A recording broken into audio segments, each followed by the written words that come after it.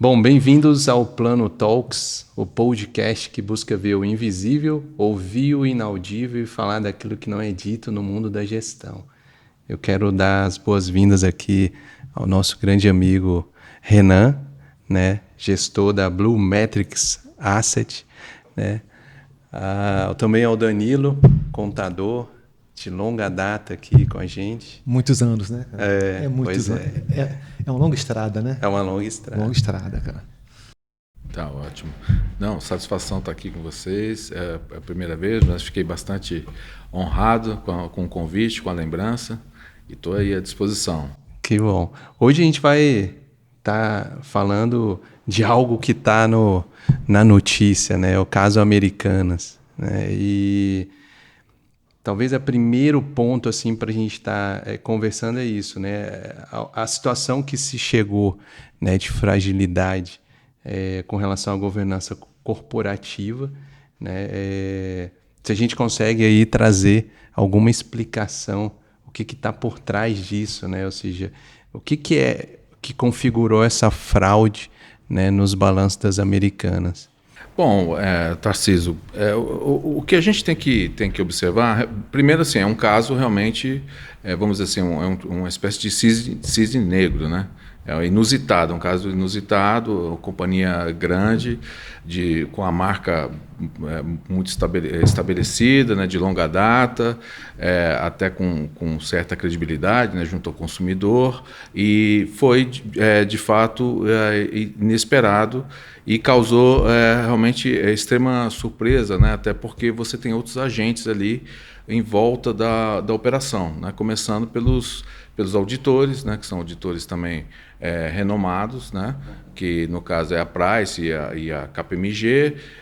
Também temos os bancos que acabam fazendo análise da empresa, e também temos os analistas também de investimento, né, que representam os acionistas e até mesmo os acionistas minoritários. Então realmente foi surpreendente, porque toda a cadeia ali de pessoas que estão ali estudando a companhia e tudo mais não haviam verificado essa fraude, né?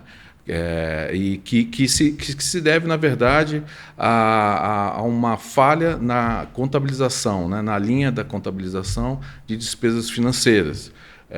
Então, o que a gente observou no primeiro momento é que a companhia, utilizando de uma prática que é chamada de risco sacado, e vale dizer que a Americanas não é a única empresa que usa essa prática, é uma prática comum no setor de varejo, que nada mais é do que buscar o financiamento para comprar mercadorias quando você tem um aquecimento do mercado. Então, como em 2022 especificamente teve um aquecimento das vendas no varejo, tanto na loja física quanto na virtual, quanto no e-commerce, tá? Então isso aí demandou mais mercadorias e acelerou esse endividamento. Quer dizer, a companhia pega o endividamento e vai ao fornecedor para comprar essa mercadoria. Ou seja, é uma companhia de spread, né? Ela compra a mercadoria e já coloca à venda. Esse endividamento é proibitivo? A princípio, não, porque ela também favorece o acionista. Isso significa que você está tendo maiores vendas e que você está tendo um volume maior, né, de negociações.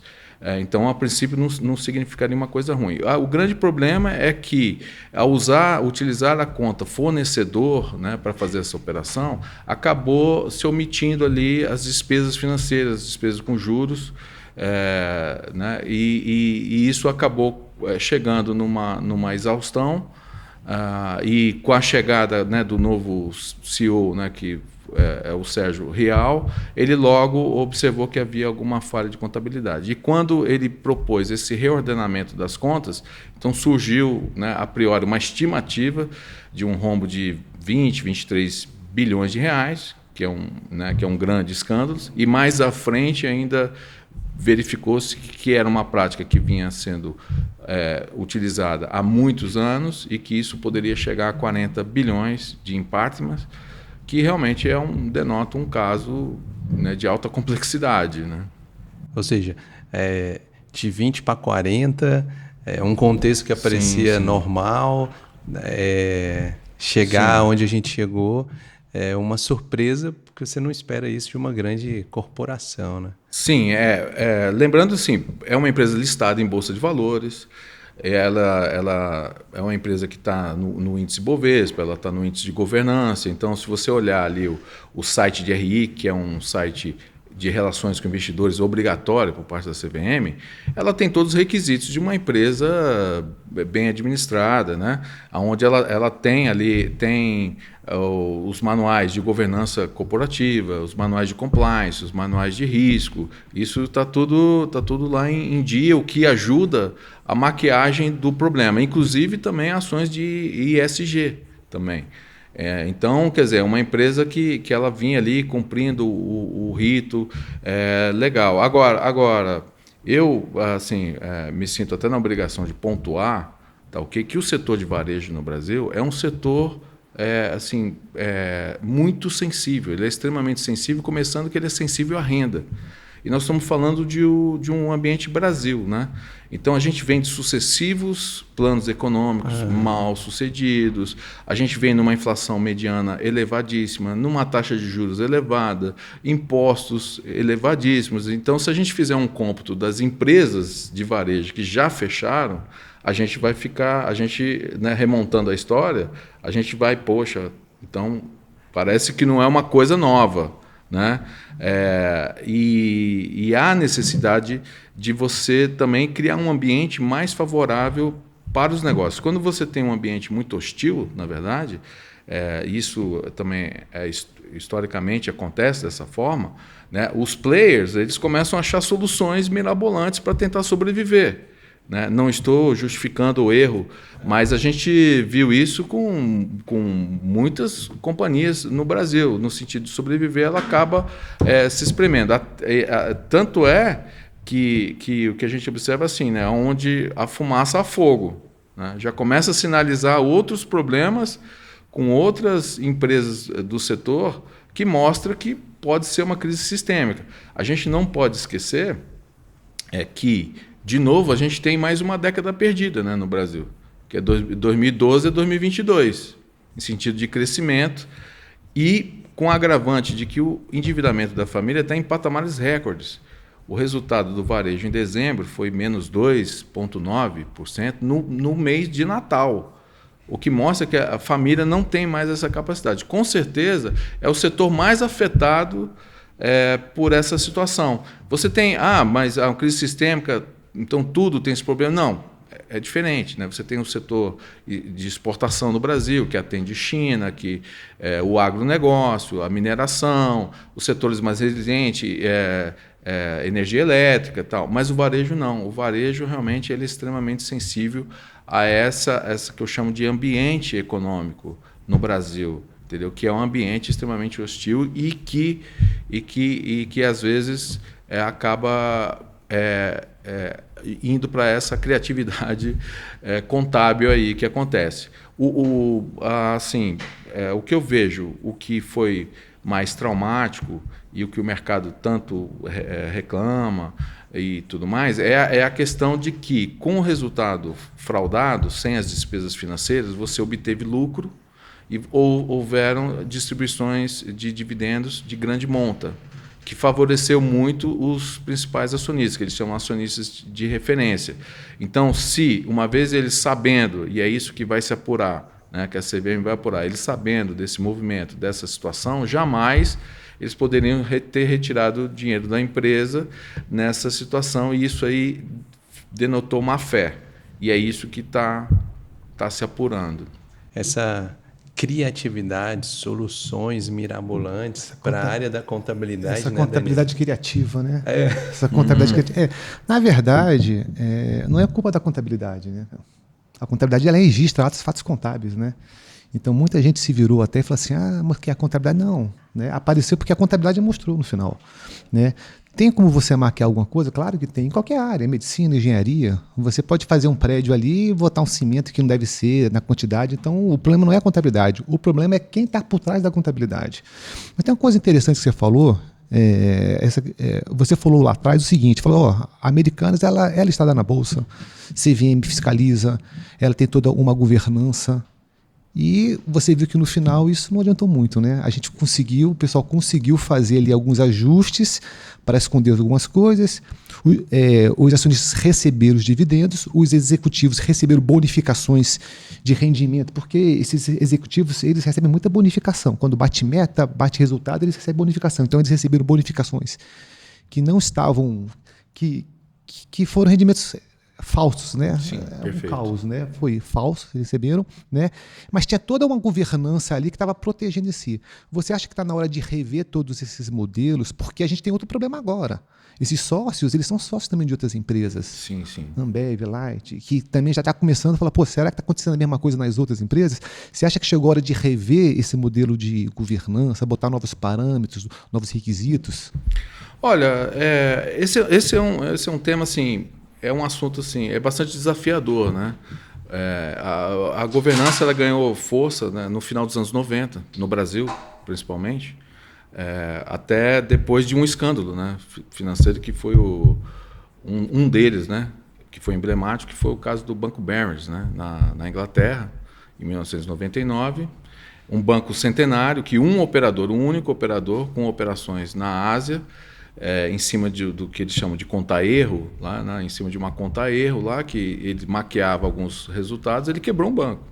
E aí foi aquela coisa espantosa e começou esse movimento de gestão de risco, de compliance, e isso acabou forçando que os governantes, né, os parlamentares, né, criassem leis e tudo mais, que foi aprimorando o sistema. Então realmente, de lá para cá, a gente veio observando um aprimoramento, né, da governança, do compliance. Na área financeira, até eu enxergo um certo rigor disso, do órgão fiscalizador. Agora, como você falou, depende muito de quem está por trás da gestão ali, né? O grande dilema é uma governança só para inglês ver, vamos dizer assim, né? A expressão só para inglês ver, ou você de fato tem a governança. Agora nós estamos numa nova fase onde está se apertando essas métricas, tal, que é a onda do ESG, né? Porque o ESG ele estende um pouco para a questão ambiental e social e a governança. A governança já contemplava essa questão de você, assim, em cima da responsabilidade fiscal, a responsabilidade social, responsabilidade legal, né? Então, por exemplo, gerar um evento desse, né? Com falta de transparência, com falta de governança. E aí você tem, talvez, milhares de pessoas desempregadas agora, milhares de fornecedores. A governança ela propõe cuidar dos stakeholders, né, de todos os participantes, inclusive dos funcionários, né, e tudo mais, empregados e toda a cadeia. Então, realmente, foi uma quebra de confiança, uma quebra de governança ali, que, lamentavelmente, foi um problema grande que ficou escondido ali debaixo do tapete. Então, assim, a gente tem que imaginar como poderia estar melhorando isso. Eu acho que os instrumentos existem, talvez via punição, né?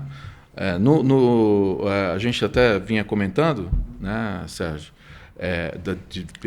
Danilo. A gente vinha comentando, né, Danilo, que isso é comum no mundo de economia de mercado. Nos Estados Unidos acontece volta e meia, só que a punição lá é bem mais severa, né? E isso aí inibe coisas dessa natureza, esse tipo de evento.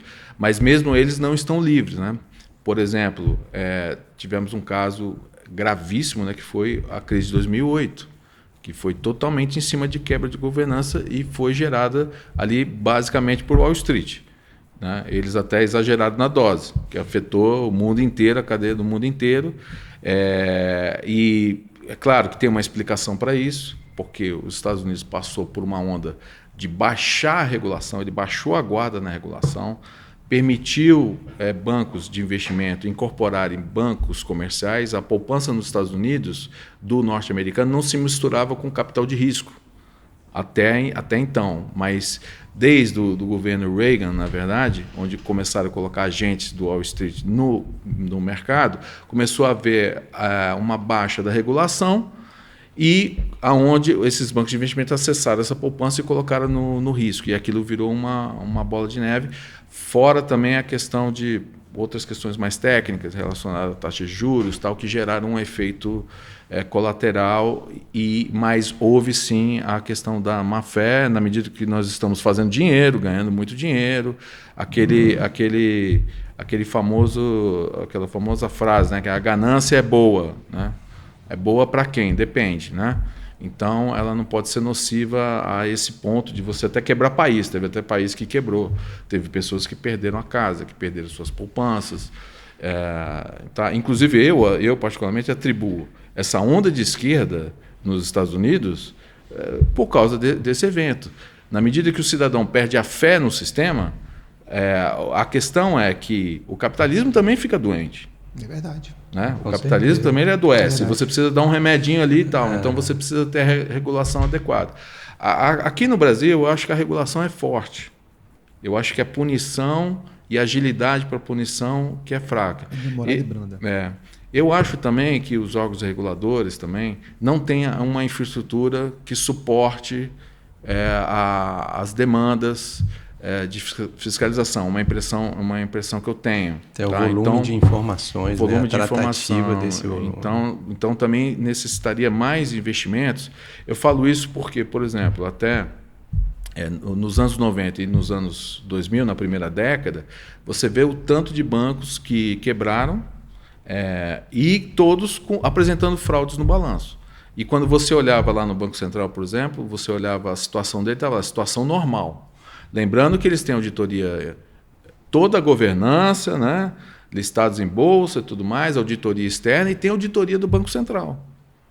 Então, mas eles enganaram o sistema. Foram vários, né?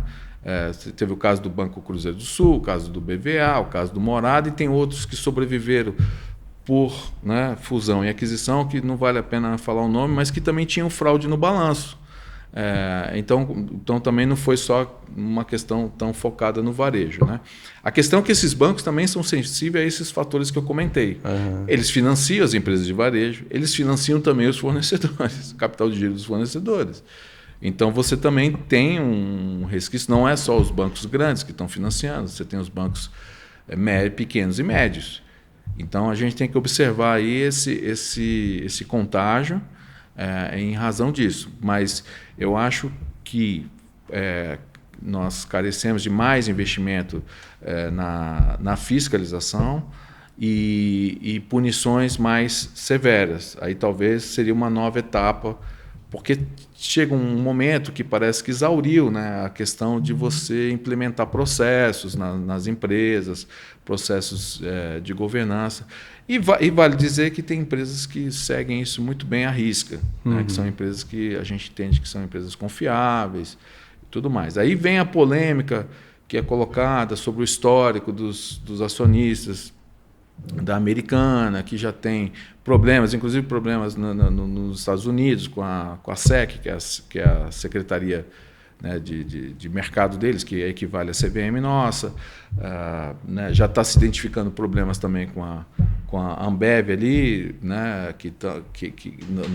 na questão tributária, que, né, uma coisa puxa a outra. Tá? Agora, por outro lado, assim, a gente... Aquela história de separar o joio do trigo, né? Eu vejo que a forma como foi a estratégia de colocação desse problema talvez tenha sido ruim. Eu acho que os especialistas em recuperação de empresas, eles jamais iam aconselhar de colocar todos os bancos na mesma mesa, e foi o que a Americanas fez. É o que você falou, né? Às vezes é o que não é visto, o que não é falado, né? Então, porque o que acontece? Cada um tem um problema para ser resolvido, cada um quer uma coisa. Então eles abriram o problema e chamaram todo mundo para negociar. Em geral, não se faz isso. A estratégia geral é ir individualmente, um a um, negociando. Olha, temos esse problema gravíssimo, como é que nós vamos resolver? Porque a Americanas, apesar dessa sensibilidade toda, ela tem vendas. Ela tem potencial de recuperação. Ela tem um canal de venda importante, ela tem marca. A gente até vinha comentando, né, que as lojas estão ali precisando de dar uma geral, mas é uma consequência do setor. Mas a gente vê que ela tem uma movimentação suficiente para sair desse problema. E talvez, negociando 1 a 1, quer dizer, chegasse à conclusão que é o seguinte: a recuperação judicial, a quebra da Americana não interessa a ninguém. Não interessa aos fornecedores, não interessa o banco. O banco também não vai receber. Então, entendeu? Que se fizesse uma regularização da empresa, alongamento das dívidas, alguma coisa que já pudesse sair melhor do que aconteceu, do fato o que aconteceu. Então, eu vejo assim que houve uma falha na questão da condução ali, da negociação junto aos bancos. É claro que eu não estava presente, eu não posso, é uma coisa da minha imaginação. Mas eu vejo que negociações dessa natureza tendem ao fracasso. E quando você faz a negociação individual, fechado, né, com banco a banco, entendendo o problema de cada um, né, aí talvez a chance de sucesso seria um pouco melhor para contornar esse problema. Agora, acho que não resta muita coisa, senão um aporte de capital dos sócios. Eles têm capacidade para isso? Tem. Não sei se eles iriam continuar com a operação das Americanas devido e também depende das consequências das punições. Eu acho que o mais importante é isso, né? Eu acho que a punição nesse caso é importante, porque eles receberam dividendos altos, foi distribuído coisa que não deveria ter sido distribuído. O governo também perde porque sobre dividendos você não paga imposto, né? Sim, também. Então eles receberam uma bolada aí sem pagar nenhum tipo de imposto. Então, o histórico dos sócios não são bons, realmente. Quando você começa a verificar a Ambev, salvo engano, deve 6 bilhões de imposto, está na dívida ativa. Sim. Acho que é a segunda maior empresa do Brasil que deve. A Americanas deve estar... Acho que deve 600 milhões, salvo engano, de imposto também. Então você vê que não é um histórico bom, né, cara? Aliás, o empresário brasileiro tem esse problema, né? Talvez os maiores, né? Espera ali ter um refis, um PAS, para depois tentar negociar com a redução de juros e multa, não quer pagar de jeito e maneira, só paga quando está realmente ali enforcado, né? E chega um momento que você deve tanto que você fica dono, né? Tipo assim, se eu te devo 3 milhões, é você que está na minha mão, não sei o que está na sua mão. Não adianta, né? É complicado isso aí. Então, essa questão das dívidas tributárias do país é um problema grande, né? Porque você tem uma empresa tipo a Ambev que deve 6 bilhões de tributos. O Pão de Açúcar também, a CIA brasileira também, acho que deve 3 bilhões. Você vê que tem todo, tipo assim, parece que tem todo um perfil, né? Desses grandes magnatas. Na verdade, é a criatividade, né? As soluções. Eu vejo o seguinte, tá? Eu mesmo sou um crítico feroz sobre essa questão dos impostos no Brasil, tá? Os impostos no Brasil, eles representam 34% do PIB. Então, de um país que tem uma renda ali abaixo de 10 mil dólares, né? Ano. Então, se a gente fizer um quadrante, né? O Brasil é uma espécie de animal ali isolada, né? Ali no esquerdo do quadrante, com imposto de país nórdico e com renda de país de terceiro mundo. É incompatível, tá? Nós começamos uma escalada de subida dos impostos já no final dos anos 80, né? Na Constituinte. Eu lembro o Maílson da Nóbrega, que ele recebeu, né, a nova Constituição e as regras e tudo mais, e ele falou, tudo bem, é só subir os impostos em 50%. Você falou, o quê? Só subir os impostos em 50%, mas a gente não pode fazer isso. Vocês não avisaram a sociedade que ia custar para implementar essa Constituição? Nós não pensamos nisso, e a sociedade também não perguntou. E agora, o que a gente faz? A gente não pode subir os impostos. Ele falou assim, tá bom, então nós vamos criar as contribuições, porque o imposto mesmo era o IPI, era o IPVA, eram 3, e o imposto de renda. Né? Não tinha o CONFIS, o contribuição social, contribuição de financiamento, o INSS, não tinha nada disso. Que eles chamam de impostos indiretos, né? E ele chamava de, então, vamos criar as contribuições E a contribuição, o que é a contribuição? São impostos disfarçados. E aí subiu o imposto. Pum! Já deu aquela pancada. Depois, a partir do governo Fernando Henrique, já no final do governo Fernando Henrique, o imposto sai de 18% para 34%. E aí o que acontece? Né? Nós temos não só a sonegação, né? Nós temos uma economia informal absurda, né? Que gera em torno de 34%, salvo engano. Esse é um ponto bastante crônico. E a gente tem um contingenciamento na Receita, hoje, na ordem de R$1 trilhão. R$1 trilhão. Só que você não vai ver mais esse dinheiro. Porque foi a Varig que quebrou, foi a Transbrasil que quebrou, foi o que todo mundo está quebrando. Né? O varejo quebrou. Olha, as empresas não se aguentam. O cidadão não aguenta mais. Então, aí vem aquela história, né? O Paulo Guedes até comentou a história daquela questão da curva de Laffer, né? Uhum. A curva de Laffer. Então, é o seguinte, vale a pena cobrar tanto imposto? Se as pessoas não conseguem pagar os impostos, está inadequado. Agora se fala em reforma tributária. Eu falo com muita clareza, convicção minha, tá, pessoal. No cômputo de uma reforma tributária, aqui nesse caso do Brasil, você tem que baixar os impostos. Não é isso que estão falando. Vão equacionar, vão não sei o quê, mas é um jogo de soma zero que vai continuar onerando a economia como um todo. O cidadão recebe uma renda, ele tem que vencer a inflação, ele tem que vencer os impostos altíssimos, o pouquinho que sobra, ele vai para o consumo e pressiona a inflação mais ainda. Não tem poupança no país. Você recebe o dinheiro, né? E isso é bíblico, 10%, 20% você guarda na poupança para suas emergências. Os países ricos têm poupança.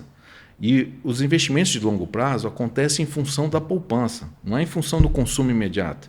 Crescer pelo consumo imediato, como é a proposta, né, do governo, o consumo imediato, é muito perigoso, porque você endivida a família, acabou e está todo mundo devendo. O país está devendo, a família está devendo e nada mais dá certo. E aí tem que subir mais o imposto para tirar de algum lugar. E aí você tem uma evasão.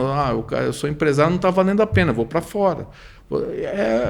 Entendeu? Então, essa questão, se a gente olhar pelo aspecto da ciência econômica mesmo, essa questão dos impostos tem que ter uma reordenação. Uma vez reordenado e tendo impostos mais justos, aí sim a questão da fiscalização.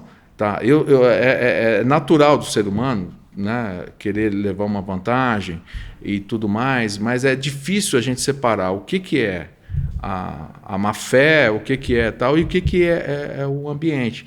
Muitas vezes, porque assim, a gente pensa, hoje a gente está falando de Americanas, né? Mas eu gosto muito daquela economia assim, né? A padaria da esquina da minha casa. Tá? Ali você tem um empresário que vive daquilo ali. E o imposto para ele, às vezes ele ou paga imposto ou ele leva comida para casa. Aí, entendeu? Então, assim, quem é o canalha na história ali, entendeu? Aí ele sonega. Está sonegando. Mas e aí, a família está passando fome? A justiça passa... Essa questão dos impostos é interessante, né? Isso dá um podcast... Dá um podcast, porque a Revolução Francesa... Dá uns 10, porque a Revolução Francesa, as pessoas não conseguiam mais pagar os impostos do rei.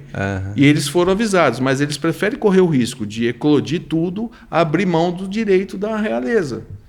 Entendeu? Hoje, quem é a realeza? Hoje? Quem está, talvez, no governo...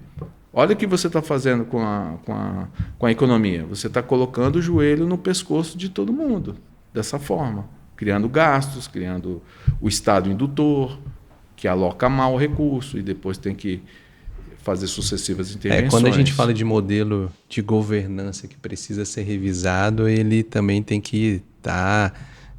até na sua fala, a ESG, ela tem que estar acoplado a esse modelo e o aspecto social, que é o que a gente está discutindo aqui do ponto de vista de imposto e equilíbrio, né, dessa.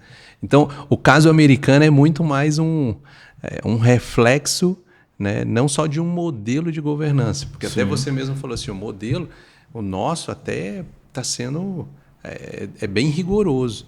A gente pode ter esse problema de fiscalização, de punição, mas a gente tem visto ele sendo implantado.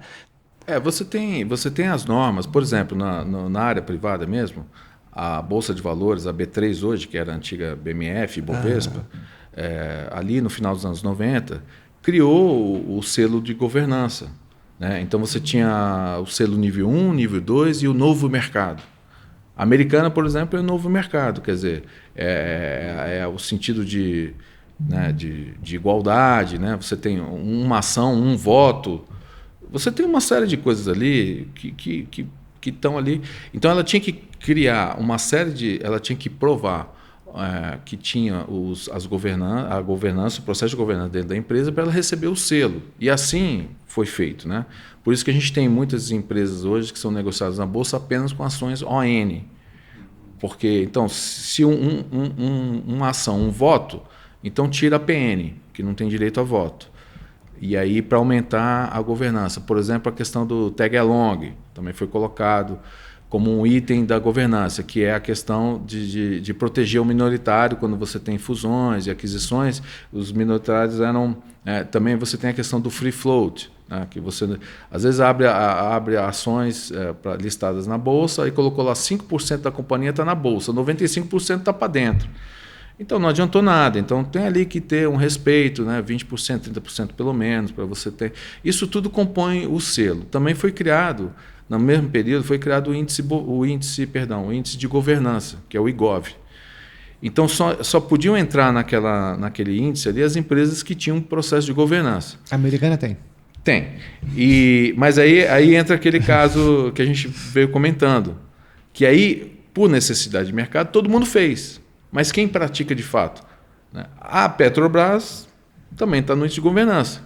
E quando teve aquele impeachment também fabuloso também, ele não saiu do índice de governança, porque ia desestabilizar o índice, não sei o que, tal, o índice de governança. Então eles tinham uma ideia de que o índice de governança seriam aquelas empresas de boas práticas e que ele seria sempre mais prestigiado que o Ibovespa, que as empresas que estão no Ibovespa. Só que as empresas que estão no Ibovespa estão no IGOV, porque todas elas têm governança, a princípio, né? Então, o que falta, talvez? Mais fiscalização da própria Bolsa de Valores, se aquilo está sendo cumprido, porque aí já não é governo, aí é a autorregulação que a gente fala, né? A autorregulação de mercado. Também, na mesma época, foi criado o índice de sustentabilidade, que equivale ao ESG hoje, que é o ISE, é o índice de sustentabilidade e tal. Esse tem menos empresas lá dentro, é um conceito um pouco mais amplo, né? De ações sociais, a empresa tem que emitir relatórios anuais sobre as ações que estão fazendo e tal. E agora surgiu essa onda do ISG, que já é um pouco essa soma, né? Do IGOV com o ISE e com o novo mercado. Então, assim, o mercado de capitais, nesse ponto, ele já está bem regulado. Eu acho que a gente tem que estender isso. A gente vê muito essa onda das startups, né? Das aceleradoras e tudo mais e tal, e você tem aqueles plataformas de crowdfunding, né? Que os investidores anjos entram e compram ali uma empresa. Essas empresas já deveriam nascer com governança. Então, eu tenho visto até alguns movimentos nesse sentido, alguns boards, né, conselheiros que estão vendendo essa ideia de já fazer uma governança mais enxuta, que eles chamam de lean governance, porque o custo é muito alto, para adequar as startups. Né? E aí sim, aí você está ampliando, né?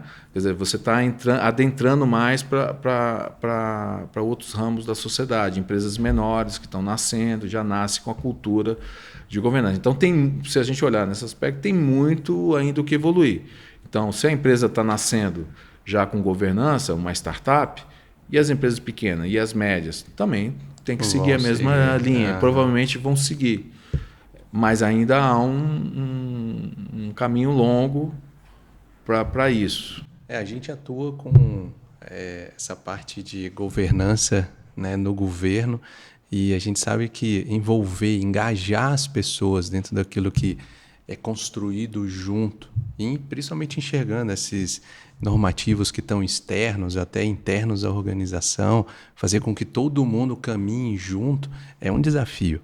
Né? Desenhar, como você estava falando, desenhar um processo e fazer com que nós três o sigamos não é algo, muitas vezes, tão simples. Né? E a gente está falando aí, que, no caso da Americana, que ela vinha mostrando uma cara e hoje o CVM está tendo que tomar algumas atitudes. Né? Então, se a gente pudesse falar, já caminhando aí para uma finalização, sim, né? Sim. Até porque eu acho que dá uns 3, 4 podcasts aqui. Perfeito. O que a gente pode dizer aí que a CVM está tomando de ações com relação aos sócios, né, controladores, e aos auditores, né, que a gente até comentou um pouco antes, né? Olha, bom, a CVM agora vai seguir o rito ali legal, né? Você tem a denúncia, vai haver uma investigação, uma auditoria nas contas e, na verdade, ela quer observar os elementos que comprovam a fraude, né? Então, hoje a gente né, fala uma fraude, mas você tem que ter ela... Né? É claro que os acionistas ali, os acionistas de referência, né, os maiores acionistas, podem alegar desconhecimento. Né? Até o Paulo Lema tá chegando ao Brasil, diz que é só ele capaz de negociar essa questão, porque não sabia bem o que estava acontecendo. É claro que né, existe uma distância, né, entre você acreditar nisso e ser de fato, mas é que tem que ir pelas vias legais. E é um caso que está sendo comparado até ao caso do Wake, que pode até culminar numa prisão dos acionistas majoritários, dos conselheiros, que têm voz na companhia, né? E de alguns gestores até. Então, isso aí vai ser verificado. E isso também vai ser estendido. E eu já vi ali os passos da CVM e ela já está investigando, inclusive, as empresas de auditorias. Né? Nós tivemos também aquele outro caso emblemático lá nos Estados Unidos, da Enron, né? Onde você teve o envolvimento da Arthur Andersen e também da Price, se eu não me engano. A Price também. A Price também. Então, esse tipo de coisa acontece. Em 2008, nós tivemos também as agências classificadoras de risco também envolvidas nesse problema, né? Que foi a Moody's, a Standard & Poor's, tal. Então, o mercado tem essa questão. E eles gostam de usar o termo, né? Que é aquele termo de agentes motivados. Qual foi a motivação desses agentes para cobertar esse problema, seja ninguém sabe bem a motivação. Mas tudo indica que vai caminhar para uma punição, e aí a gente tem que ver o grau ali de aonde a legislação brasileira alcança, né? Mas a gente sabe que o Wake mesmo, né, acabou tendo um problema sério, acabou tendo até uma prisão e tudo mais. Lembrando que, em geral, as punições no Brasil são mais brandas do que nos Estados Unidos. Danilo. Assim, fiscalização, né? Não tem jeito. Sim. Porque quando o ser humano, quando o gestor, ele quer realmente maquiar, ele vai conseguir, não tem jeito. Sim. Né? Então, primeiro, cultura da empresa, uma cultura forte, aquilo que você até falou há pouco tempo atrás, falou assim, nossa, a gente montar um plano de governança aqui, a gente monta, mas como é que a gente vai envolver todo mundo junto nisso? Isso é cultural, né? Isso aí é cultura organizacional. A partir do momento que você tem uma cultura forte, você consegue que todo mundo siga aquela cultura forte. Né? Não sei qual era a cultura da Americana, né? Realmente acho que não era o forte dela, não era esse, porque 20 anos ali fazendo esses pequenos ajustes no balanço, que agora está em 40 bilhões, aí pelo menos, né, a gente ainda não sabe ainda o montante, a gente não sabe qual é a cultura ali da empresa ali realmente do jeito que tem que ser, né?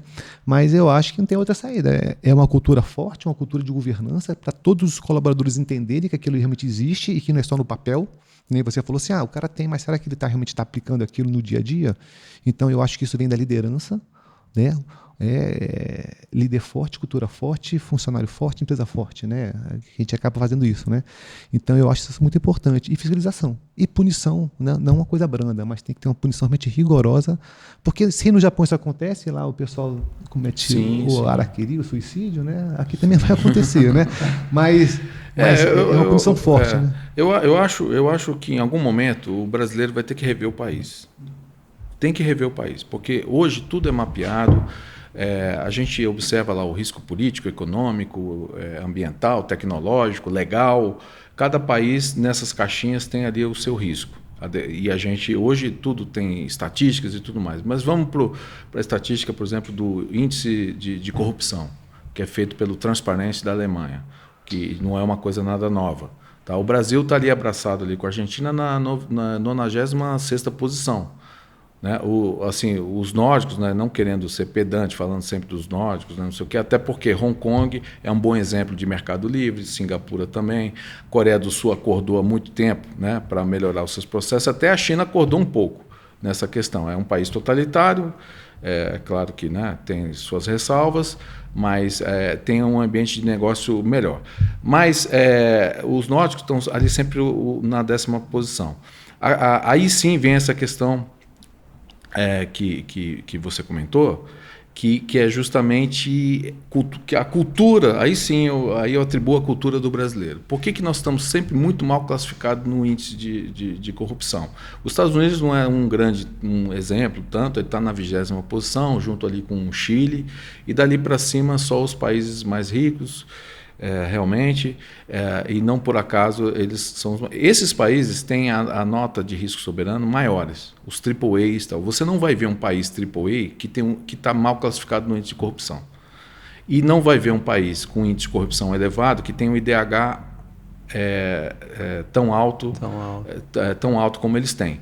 Então, assim, o brasileiro precisa entender que quanto mais corrupção, menos qualidade de vida e menos credibilidade você tem no mercado. Então, aí sim, no campo prático, esse evento na Americana corrobora para um país muito mal classificado no índice de coisa. E aí, seguinte, para navegar no Brasil, você precisa de prêmio, você precisa de taxa de juros, você precisa penalizar as empresas, né, você tem a questão da insegurança jurídica também, que é colocado na conta. E aí nós somos um país fechado para a economia mundial.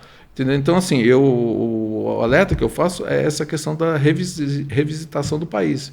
Tem que rever o país, carga tributária, fiscalização da governança, mais intensidade. Precisamos de menos corrupção, urgente. Não tem como, mas é sempre assim. Tá bom, então nós seremos fadados e condenados até um país nessa natureza. E junto nisso aí tudo, você tem as pessoas bem intencionadas que não conseguem desenvolver o seu negócio. E as famílias não têm uma perspectiva de crescimento, de futuro. Né? Então, assim, é o termo depressão mesmo, né? Porque você se sente deprimido, você não vê. Você trabalha e fica... E não cresce, e o país não cresce, e você fica preocupado com o teu filho, o que vai deixar para o teu filho. É por aí. Ou seja, a Americana já está dando para a gente, mais uma vez, uma sequência de pautas aí, tanto com relação ao modelo, quanto com relação a essas variáveis externas que fazem parte de política pública. Né? Se esse caso servisse para... Poxa, né, olha só o que a gente tem de pano de fundo aí, tanto de coisa. De pano de fundo e a sequência também de mau exemplo por parte dos empresários, né, que justifica a nossa má classificação de percepção de negócio, e também por parte do governo, também que não cria um ambiente adequado para não ter esse tipo de evasão. É um desafio. Bom, estamos chegando aqui aos finalmente. Não sei se você, Renan, quer colocar aí uma última contribuição, Danilo também. Eu acho que até falei bastante, né, sobre a questão econômica, acho que deu para foi bem abrangente, né?